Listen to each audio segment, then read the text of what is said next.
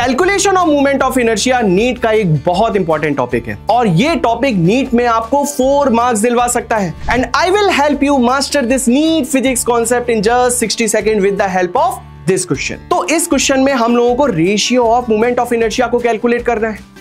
चलिए before begin with this particular problem कुछ basic फॉर्मूले रिवाइज करते हैं। Moment of inertia of a ring about an axis passing from its center of mass will be equal to mr square. Similarly, अगर मैं आपसे बोलूं moment of inertia of a disk about an axis which is perpendicular to the plane and passing from its center of mass will be equal to mr square by 2. एक बार अगर मैं parallel axis theorem को recall कराऊं तो according to the parallel axis theorem I is equal to ig plus mt square. ig क्या होता था? moment of inertia of a body about an axis passing from its center of mass. D is the perpendicular distance between the two axes. According to the problem, for the ring the moment of inertia कितना हो जाएगा? देखिए ring हमारी ये है, moment of inertia about this axis will be mr square and about this particular axis moment of inertia will be mr square plus mr square which is 2mr square. So according to the problem अगर मैं disk का moment of inertia पूछता हूं तो कितना हो जाएगा? disk ये है, moment of inertia of the disk about this particular axis will be mr square by 2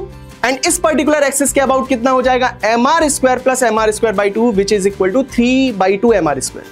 So the ratio of the moment of inertia will be 3/4. So the correct answer will be D. Hope you like this video. For more question based learning, subscribe to Extra Marks NEET channel and visit extramarks.com.